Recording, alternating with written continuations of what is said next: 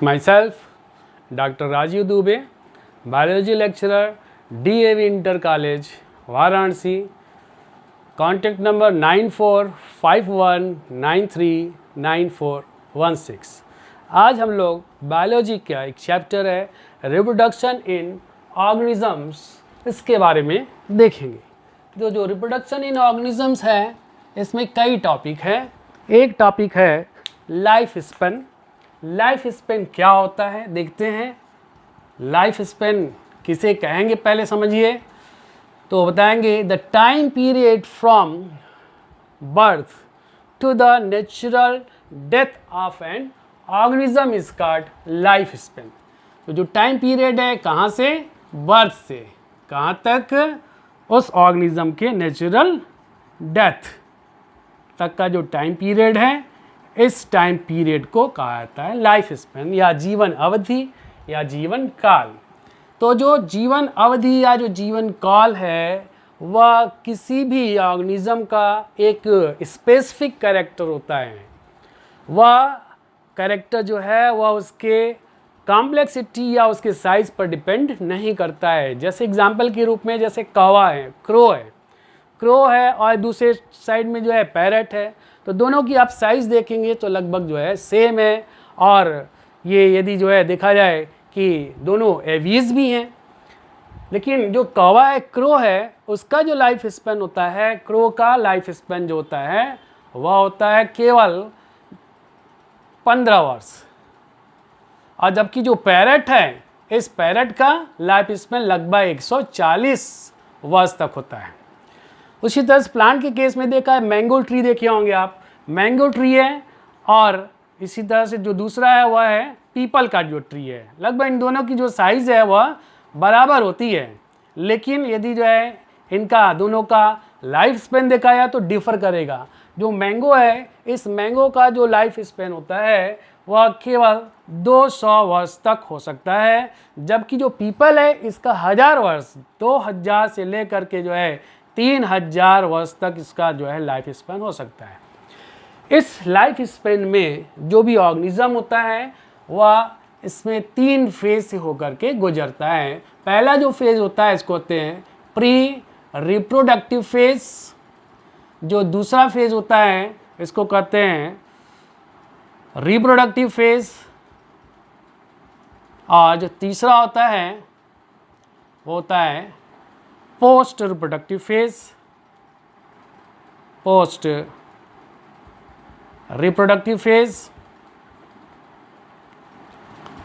Pre reproductive phase में जो भी ऑर्गेनिज्म है उसके बॉडी पार्ट्स और जो भी उसके ऑर्गन्स होते हैं उनका काफ़ी तेज़ी से ग्रोथ और डेवलपमेंट होता है। Growth and development of body parts.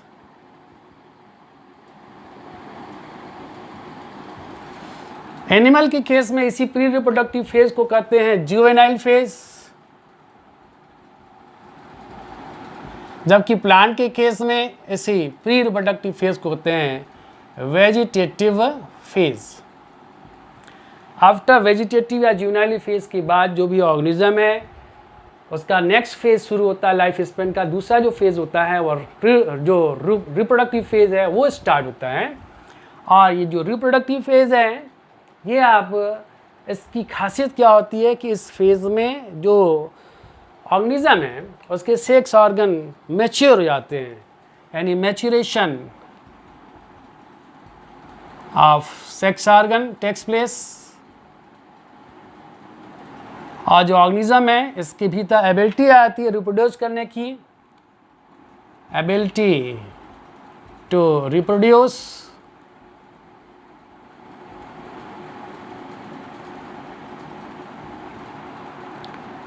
और इस रिप्रोडक्टिव फेज़ जैसे प्लांट है तो प्लांट में कैसे जो है पता करते हैं कि जो है ये रिप्रोडक्टिव फेज़ में चला गया आता है, तो प्लांट में जो है फ्लावरिंग होती है, उससे पता चल जाता है कि जो प्लांट है वह रिप्रोडक्टिव फेज़ में आ गया है। Flowering in plant. After reproductive phase के बाद यानी जो ऑर्गेनिज्म है उसकी जब रिप्रोडक्टिव एबिलिटी समाप्त हो जाती है तो उसके अदर जो बॉडी पार्ट्स होते हैं वो धीरे धीरे डिटेरियोरेट होने लगते हैं, जो कि पोस्ट रिप्रोडक्टिव फेज़ को इंडिकेट करते हैं। इसको सेनिसेंट फेज़ भी कहा जाता है। और इस सेनिसेंट फेज़ के बाद यानी पोस्ट रिप्रोडक्टिव फेज़ के बाद जो ऑर्गेनिज्म है उसका नेचुरल डेथ हो जाता है। तो पोस्ट रिप्रोडक्टिव फेज़ कैसे इंडिकेट होगा आप बताएंगे। ये जो पोस्ट रिप्रोडक्टिव फेज़ है इसमें प्रोग्रेसिव डिटेरियोरेशन होता है, progressive deterioration of morphological and physiological organs, इनका जो है प्रोग्रेसिव डिटेरियोरेशन हो जाता है। तो रिप्रोडक्टिव फेज़ में रिप्रोडक्शन कैसे होता है, क्योंकि जो चैप्टर है रिप्रोडक्शन इन ऑर्गेनिज्म उससे रिलेटेड है, तो इसी फेज़ में रिप्रोडक्टिव फेज़ में ही रिप्रोडक्शन होता है। तो रिप्रोडक्शन किसे कहते हैं, रिप्रोडक्शन के कितने टाइप होते हैं, इसको आगे फिर डिटेल में दिखाया जाएगा।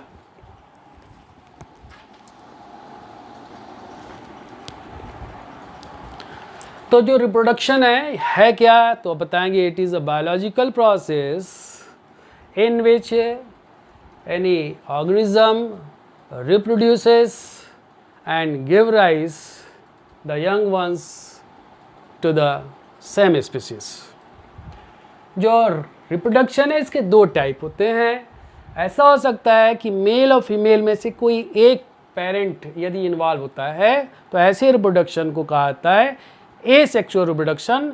इस प्रकार की रिप्रोडक्शन में गैमीट का फॉर्मेशन नहीं होता है, गैमीट का फ्यूज़न नहीं होता है, फर्टिलाइजेशन नहीं होता है, जाइगोट का फॉर्मेशन नहीं होता है, और साथ ही साथ इस प्रकार की रिप्रोडक्शन में जो पेरेंट है इससे प्राप्त होने वाली जो भी ऑफ स्प्रिंग या उसके यंग वंस होते हैं दे आर आइडेंटिकल होते हैं, जेनेटिकली जो है वो अपने पेरेंट के आइडेंटिकल होते हैं। और यही कारण है कि इसमें कोई वेरिएशन नहीं होता है, और वेरिएशन नहीं होने के कारण इसका कोई इम्पोर्टेंस जो है एवोल्यूशन में ऑफ द स्पीसीज़ के एवोल्यूशन में कोई इसका रोल नहीं होता है। और जो सेक्सुअल रिप्रोडक्शन है इसमें दोनों पेरेंट इन्वॉल्व होते हैं, इसीलिए इसको बाई पेरेंटल कहा जाता है। दूसरी चीज़ इसमें गैमीट का फॉर्मेशन होता है, गैमीट का फ्यूज़न होगा, फर्टिलाइजेशन होगा, जाइगोट का फॉर्मेशन होगा। साथ ही साथ जो है आप इसमें बताएंगे कि इसमें मायोसिस और माइटोसिस दोनों होती है। और मियोसिस होने के कारण इनके जो ऑफ स्प्रिंग मिलते हैं वो डिफ़र करते हैं अपने पेरेंट्स से। और इसका कारण क्या है कि मियोसिस का होना, और जिससे जो है वेरिएशन क्रिएट होता है। और चूँकि वेरिएशन इसमें होता है इसीलिए ये जो है इस तरह का जो रिप्रोडक्शन होता है वह नए स्पीसीज़ के एवोल्यूशन में काफ़ी रोल जो है प्ले करता है। तो आगे देखते हैं कैसे ये इनके क्या क्या जो है पॉइंट्स हैं, इसको नोट कराता हूँ। हाँ, तो ये पॉइंट्स हैं जो कि हमने अभी आपको बताया है, इसको नोट फॉर्म में आप इसको नोट कर लीजिएगा। एसेक्सुअल रिप्रोडक्शन जो है यूनिपेरेंटल होता है, सेक्सुअल रिप्रोडक्शन बाईपेरेंटल होता है। एसेक्सुअल रिप्रोडक्शन में गैमीट का फॉर्मेशन नहीं होगा, नो गैमीट फॉर्मेशन। सेक्सुअल में gamete formation are always takes place. इसी तरह से asexual reproduction no fertilization, sexual में fertilization takes place. Asexual reproduction में इट इन्वॉल्व्स ओनली माइटोसिस, और सेक्सुअल में होता है it involves both meiosis and mitosis. और एसेक्सुअल रिप्रोडक्शन में young ones are genetically identical to the parent, और sexual में यंग वंस आर या ऑफ स्प्रिंग जो है offspring are genetically differ from the parent. Asexual reproduction में there is no variation, जैसा पहले बताया गया मियोसिस नहीं होता है, इसीलिए इसमें वेरिएशन नहीं होता है। Since there is no variation so it does not contribute to evolution of the species. जब सेक्सुअल रिप्रोडक्शन मियोसिस होता है जिसके कारण since there are variations so it contributes to evolution of the species. Hence आप कह सकते हैं कि जो सेक्सुअल रिप्रोडक्शन है वो ज़्यादा इंपॉर्टेंट होता है, क्योंकि इसी के कारण जो है आगे जो स्पीसीज़ है वह वेरिएट करती है, एवोल्यूशन होता है। तो आगे फिर जो है अब आगे देखा जाएगा सेक्सुअल रिप्रोडक्शन के क्या टाइप होते हैं, इसको आगे फिर देखते हैं।